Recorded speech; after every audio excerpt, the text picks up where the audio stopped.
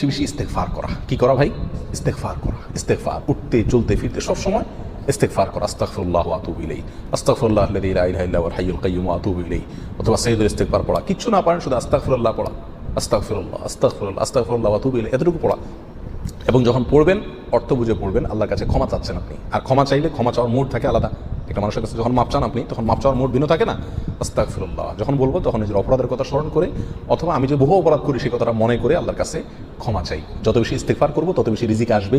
সূরা নূহের ভিতরে আল্লাহ সুবহানাহু ওয়া তাআলা আল্লাহ নবী নূহ আলাইহিস সালাম সম্পর্কে বলেছেন যে নূহ আলাইহিস সালাম বলেছেন তার জাতিকে, ফাকুলতু আস্তাগফিরু রাব্বাকুম ইন্নাহু কানা গাফফারা। তিনি বলেন, আমি আমার জাতিকে বলেছিলাম তোমরা তোমাদের রবের ইস্তেগফার করো, তোমাদের রব ক্ষমাশীল। তাহলে কি হবে ইস্তেগফার করলে? এক নম্বরে তিনি ক্ষমা করবেন, তারপরে ওয়ায়ুমদিদুকুম বিআমওয়ালিন ওয়া বানিন ওয়া ইয়াজআল লাকুম জান্নাতিন ওয়া ইয়াজআল লাকুম আনহারা।